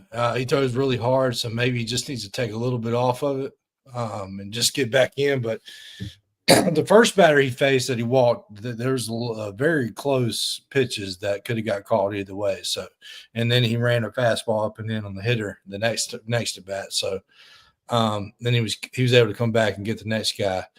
So hopefully, I was surprised that they took him out as early as they did the next inning, because Fisher came in and he really struggled with command. He was not – I don't know if it's because he's pitching the SEC in a close game, and that's really the first time. Yeah, he comes in and first pitch home run out of the park. Yeah, which that guy was – excuse me, that guy for Ole Miss was crushing the ball all weekend. But yeah, Fisher struggled, led Ole Miss back in the game and take the lead on us. So – and Wiggins coming in, you had Carter coming in, getting the big out, and then Wiggins was showed why he's so highly rated as a freshman that he is. I mean, we needed that big time. He came in when we were down by 1, and then the offense gave us a lead, and he closed the door. So that's big time confidence moving forward because he showed Dave Van Horn that he can finish the game. So he's definitely going to be the guy we go to in the 9th now. Yeah, especially because I think with Fouch struggling, I think the biggest thing there is, coming into the season, Fouch was going to be one of your key closers. And, the way he struggled this season, that's kind of opened the door for Wiggins a little bit. And like you said, he's kind of showed Dave, especially what he did today, and that he can trust him, especially in big moments like this. Like you said, he came in, Arkansas was down. The offense comes in and gives him the lead to work with. He comes in, he walks a couple guys, but he takes care of business, gets 3 strikeouts in this one, and gives Arkansas the win, and he gets credited for the win in this one. So, yep, big time. You jump over the offense in this one. This one was one that was back and forth. Like we said, you saw Ole Miss get off the early 4-0 lead. Arkansas battles back in this one. Charles Davalon, like we kept saying, 2 for 6 today with 2 RBIs and 1 run scored. What about Vahiva Aloy, man? He came in clutch for Arkansas today in that 9th inning, hitting a 3-run bomb. Man, what? Yeah, go ahead. I was going to say 3 of 5 on the day with 3 runs scored and 5 RBIs knocked in, and 2 home runs. Yeah, man. I mean, 2 clutch home runs, like the one that he hit in the fifth inning, I think it was fifth or sixth inning, man, we were it was a tie game, I think, 3-run homer. And the thing that impressed me the most is before he got up to the plate, Nate Thompson took him to the side. And I think he told him, hey, look out for this pitch, first pitch. And he, sure enough, got a hanging breaking ball and absolutely crushed it. I was about to say, yeah. I saw Twitter was saying whatever Nate Thompson said to him, man, it was the right thing. Yeah, and that's another thing about, we talk all the time about, how this offense has struggled the last few years, and sure enough, but Nate Thompson, you got to give him credit for what this offense is doing this year, and you really look at the games we've had. Once we see a pitcher one time through the order, the adjustments that are being made are phenomenal. Like we really start to have these big innings in the fourth or fifth inning. It's very impressive what the adjustments that are being made in game. Yeah, 100%. You jump over to Cahillo, not as big of a day for him, 1 for 6 on the day with a RBI knocked in.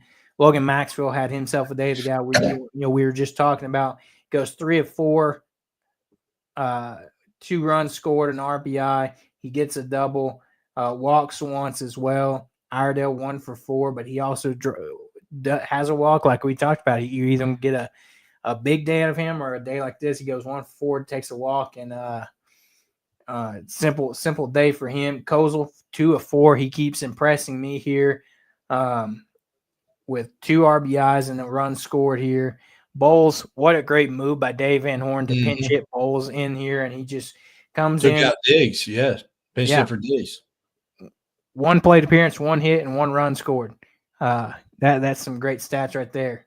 And in his limited appearance, though, I feel like he's very much kind of growing into almost like that Charlie Welch type of role. That's some big shoes to fill, but still, you look at it. He's 1 for 1 today, and he's hitting 500 on the season in his pinch hitting. Yeah, Bulls really, really impressive move there. They brought in the lefty to face Diggs, and Dave Van Horn said, hey, I've got guys on the bench. And this is what I've talked about, pinch hitting. If you don't see a guy in the lineup, don't panic. Like it's gonna come a point in time where we're gonna need his bat in a crucial situation.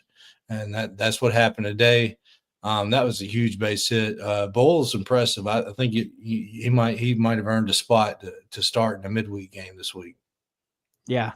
You saw Pepe come in, pinch hit as well, 2 for 2 on the day for Pepe. Helfrich scores 2 runs, 0 of 5 on the day, strikes out twice. Souza 1 for 5 with a run scored, an RBI. And then you saw Frazier come in and pitch run as well. He was crucial in getting one of those fly balls to left in, late in that game. So, overall, Arkansas starts the SEC season with a series win over Ole Miss, coming back home against South Carolina this weekend. You look at the schedule, got a quick yeah, so we've got 5 games in a row. Yeah. Actually, we play you better enjoy tomorrow, because starting Tuesday, we've got some big time games all week long. Tuesday and Wednesday, we got midweek against Oral Roberts, who's always a decent baseball program. And after our pitchers pitched the way they did this weekend, I don't know what the pitching is going to look like for those 2 games. And then Thursday we got basketball, and then back to SEC home opener this weekend. Yeah, exactly. It's going to be interesting. I think you'll probably see Bybee. He pitched yesterday, so I think he's probably gotten enough rest. You probably see him start. I hope we get Gibbler. I hope they give him a chance to show what he's got. Yeah, maybe. And then I don't know, with him pitching today, you might not see Colin Fisher, and at least starting anyway. Yeah, they might want to run him out there kind of to let him get some more innings under him after kind of a little bit of a rough outing for him there. Right. But yeah, like you said, Tuesday, 6 o'clock, Wednesday, 3 p.m. And then you have Friday finally getting some late starts on Friday that I can Yeah. actually go to, starting at 6:30 on Friday versus South Carolina, open up SEC play. So, Yeah. Do we play Saturday? Do we play a night game Saturday or day game? 2:00. 2:00. Okay. 2:00 Saturday, 2:00 Sunday. Okay. Yeah. Yeah. Interesting. Yeah. So, I don't know. It's going to be an interesting week. We'll see what happens with the pitching in the midweek. Yeah. Jump over to Arkansas softball. Unfortunately, they can't get it done this weekend against Oklahoma. I mean, it's Oklahoma. They're number one. They're number one for a reason. Arkansas loses Saturday, doubleheader Saturday, first game 7-0, but don't let that score kind of skew it a little bit. Arkansas was in this game down 1-0 right up until like the 6th, 7th inning. They lose their second game of the doubleheader 6-4, and then they lose the game today to get swept 10-7. So they need to bounce back a midweek game against UCA, and then they will head on the road to Knoxville to take on the Tennessee Lady Volunteers. And as we get ready to wrap up here, can't forget gymnastics. Gymnastics took on Missouri on Friday night for senior night. Unfortunately, they don't get the win here, but they do put up a decent score, the 197.225. So now it's time to see if they're going to get to go to the SEC championship, since they only take a limited amount teams from the conference, and then the NCAA gymnastic regionals if they get to call there as well. So Johnson Robinson, Arkansas's freshman that was a part of the Olympian team, robbed of a 10 on the floor exercise. Kind of, if you get a chance, it's on social media, go back and watch for it. I can't find a single mistake that they counted out there. Coach Weber was very upset when they didn't give her the 10 that she probably rightfully deserved there. Yeah, I saw that on Twitter, but I didn't get a chance to watch. I need to go back and watch it. I saw I scrolled past it. I should have watched it, but I need to go watch that and see what happened on that. Yeah, it was very unfortunate. Like I said, I don't know what the judges were seeing there, but very unfortunate there. So kind of another busy week in Razorback Nation. Depending on the game Thursday, we may be adjusting showtime. Since games Thursday, depending on if it's in the day, in the evening, things like that. So we'll keep you guys up to date on that. You got anything else before we get out of here, Hobbs? No, just a busy week. Hopefully we, get some wins this week. Yeah, you got 3 midweek games, 2 for baseball, 1 for softball. Conference play continuing for both teams, basketball on Thursday and potentially Saturday. So busy week for Arkansas sports continuing. So as always, I'll post out there on the social media, the bracket challenge links and everything for you guys to jump in there and enter. And as always, don't forget to like and subscribe to the show on YouTube, Apple Podcasts, Spotify, wherever you find your podcast. And with that, we'll keep you updated on what we're going to do Thursday, depending on Arkansas basketball game time. And until then, everybody have a great beginning of your week tomorrow. And we'll see you on Thursday potentially.